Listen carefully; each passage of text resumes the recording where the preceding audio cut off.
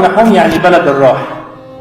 ودايما لما كان السيد المسيح بيروح يكرز ببشارة الملكوت كانت الناس تتجمع بأعداد كبيرة يسمعوا كلام التعليم وعشان كمان المعجزات. وللوقت اجتمع كثيرون حتى لم يعد يسع ولا ما حول الباب، يعني المناطق أو الممرات اللي حوالين الباب مفيش أماكن، فكان يخاطبهم بالكلمة، جاي عشان يعلم ويكرز ببشارة الملكوت. فدايما السيد المسيح قبل المعجزة كان يعمل إيه؟ كان يعلم، تعليمه تعليم خلاصية. جاءوا إليه مقدمين مفلوجا يحمله 4.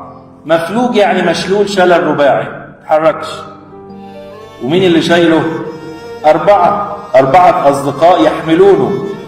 شوفوا بقى الإيمان اللي في القصة والحاجة العجيبة اللي في هذا، في حب هؤلاء الأصدقاء أو الأصحاب.